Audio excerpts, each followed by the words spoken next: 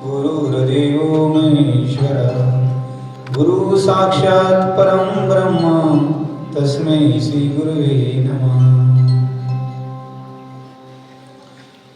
शान्ताकारं भुजगशयनं पद्मनाभं सुरेशं विश्वाधारं गगनसदृशं मेघवर्णं शुभांगं लक्ष्मीकान्तं कमलनयनं योगविद्यानगम्यं वन्दे विष्णुभुवैर्हरणम्। अनंतकोटि ब्रह्मांड नायक राजाधिराज ब्रह्म सच्चिदानंद परमात्मा अविनाशी प्रभु क्लेशों को हरने वाले, दुखों को मिटाने वाले, शरणागत रखने वाले, पतित पावन सीताराम, जगत तारणहार, जगत उत्पत्ति, वेदों के सार, सृष्टि के प्राणाधार अनंत परमात्मा विश्वव्यापक भगवान के चरणों में कोटि प्रणाम। श्री गुरु महाराज के चरणों में नमन करते हुए व्यासपीठ से सभी आए हुए भक्त वत्सल भक्त प्रेमी सभी को मेरा जय श्री राम। एक दंत कृपावंत श्री गणेश महाराज जी के चरणों में कोटि प्रणाम।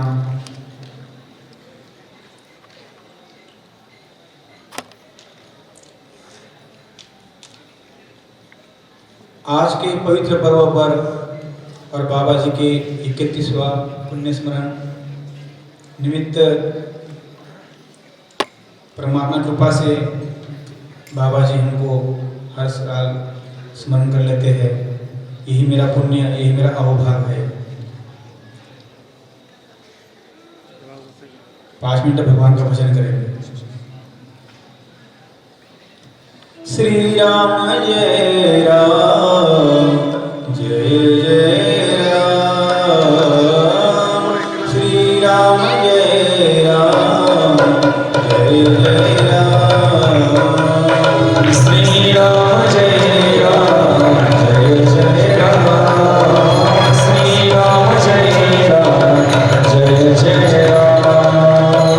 राम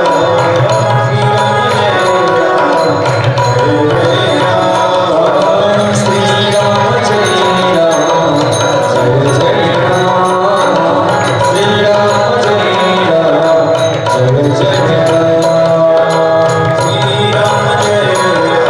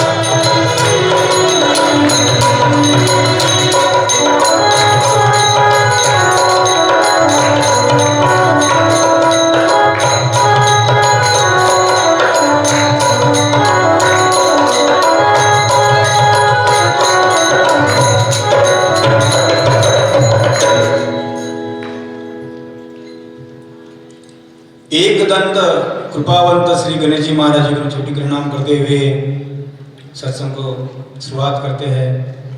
भाग्योदय न बहु जन्म समर्जिते न सत्संगः लभते पुरुषो यदा वै।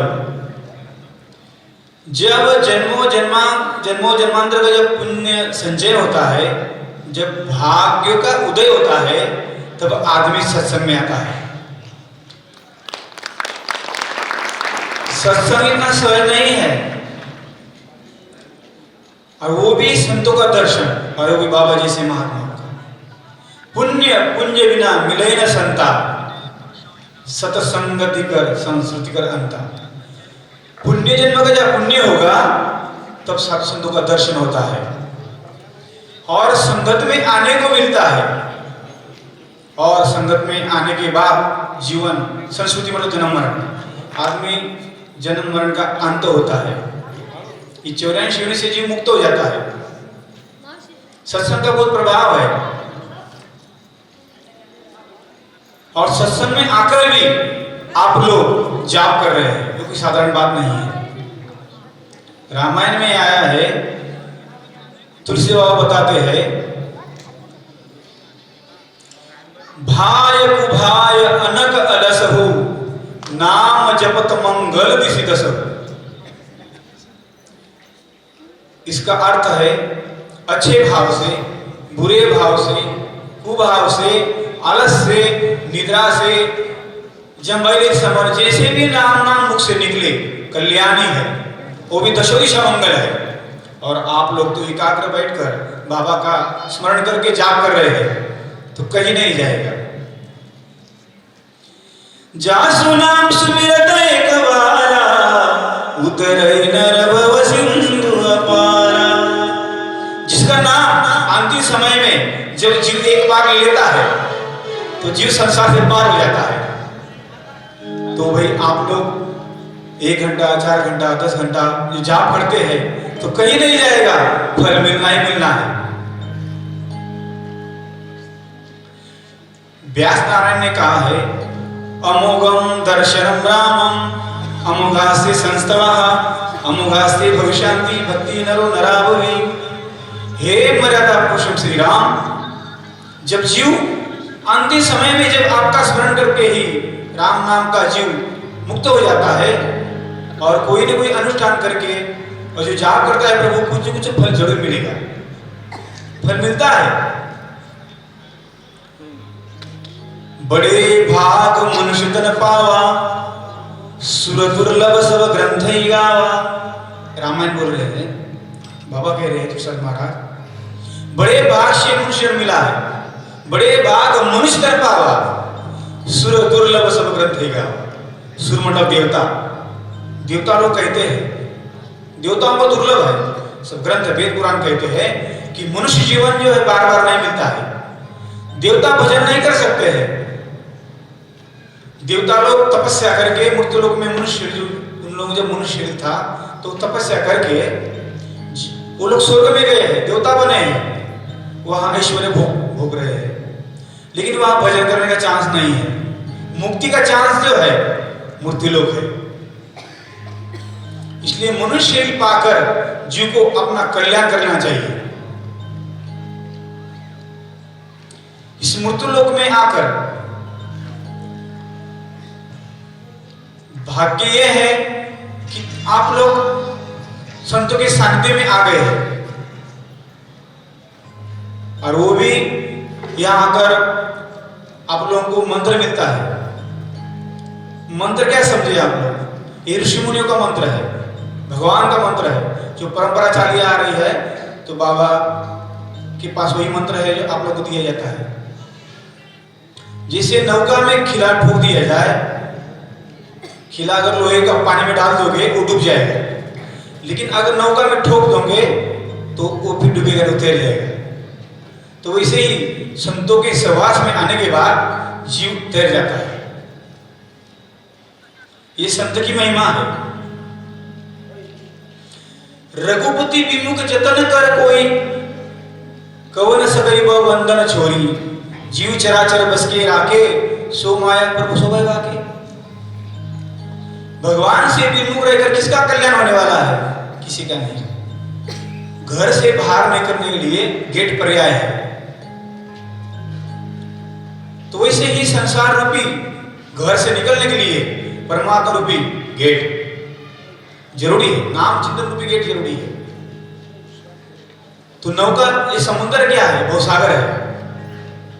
जो नौका है उसमें, तो नौका में बैठे हैं जो मल्ला होते हैं, नौका चलाने वाले, वो गुरु होते हैं। और पतवार क्या है? मंत्र है। पतवार जो नौका चलाता है ना, जो पतवार चलाता है, नौका चलती है, वो पतवार है। पतवार क्या है? मंत्र है। जो नौका में बैठ जाने के बाद जब गुरु से मंत्र लेता है, वो संसार सागर से पार हो जाता है। संत की महिमा इतनी है, आप लोगों को क्या कहेगा? जान अधिक भी नाम प्रतापु, जान अधिक भी नाम प्रतापु, भयो शुद्ध उल्टा करी जापु। वाल्मीकि, आप लोग बोलते रत्नाकर डाकू, उसका नाम रत्नाकर डाकू था। वो भी संतों के सहवास में आकर, वो भी उल्टा नाम जाप करके बोले हमको सीधा नहीं आता है महाराज। सनकादिक कहे, सनत सनंदन को कहे कि भाई आप जो कह रहे हैं लेकिन हमारे मुख में नहीं आ रहा है। बोले क्यों? तुलसी पूर्व पापति हरि चर्चा न सुनाए। जब विषम का पाप होगा तो मुख में राम राम नहीं आता है। सूकर कूकर होठ खैर बड़ पशुवन में चार, तुलसी हरि भजन बिना वैसे ही नरना। होठ, खैर गधा, सूकर सुअर कुत्ता, ये चार प्राणी जो है, जो भजन नहीं करेगा भगवान का, वो उसके समान ही है। सूकर कूकर होठ खैर बड़ पशुवन में चार, तुलसी हरि भजन बिना वैसे ही नरना। जो हरि का भजन नहीं करेगा, जो स्त्री पुरुष कैसे है, ये चार प्राणों के समान है। इसलिए भगवान का स्मरण करना जरूरी है। वेड़ते ही जीवितम तस्यहं विभुम प्राप्य येन वै नोपार्जित यशः शुद्ध प्रलोक सुख प्रथम। वैभव प्राप्त करके भी आप लोग पवित्र यश का उपार्जन नहीं करते हैं, तो आप लोगों का जीवन व्यर्थ है।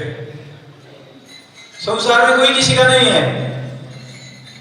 जब बुढ़ापा आता है घर में तो कीमत कम हो जाता है।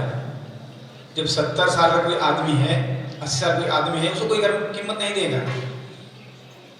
जब तक मनुष्य में कमाता है, सबका पालन पोषण करता है, तो उसको सब प्रेम करते हैं। भगवान शिव जी बता रहे हैं इस बात को माता पार्वती को। सुर नर मुनि सब के यह रीति, स्वार्थ लागे करता सब प्रीति, स्वार्थ लागे करता सब प्रीति।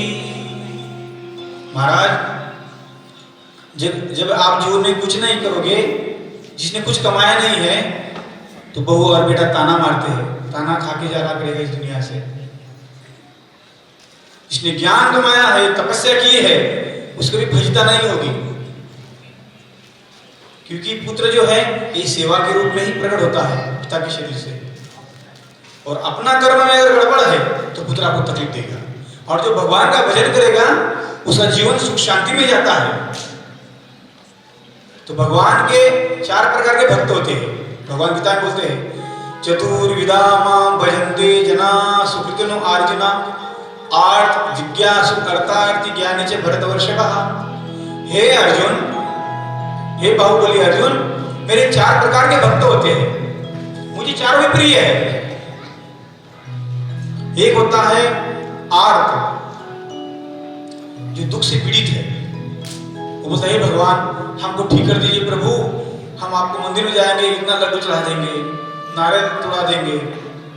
तो भगवान बोलते कोई बात नहीं, हम आपकी भी इच्छा पूरी करेंगे। दूसरा अर्थार्थी, पैसे के लिए बरसता है कि भगवान हम गाड़ी दे, बंगला दे, नौकरी दे। भगवान बोलते कोई बात नहीं, तेरी भी इच्छा पूरी करेंगे। तीसरा है जिज्ञासु, वो सोचता है कि जिसने इतनी सुंदर दुनिया बनाई है, वो बनाने वाला कैसा है, उसको देखने के लिए वो खोजता है।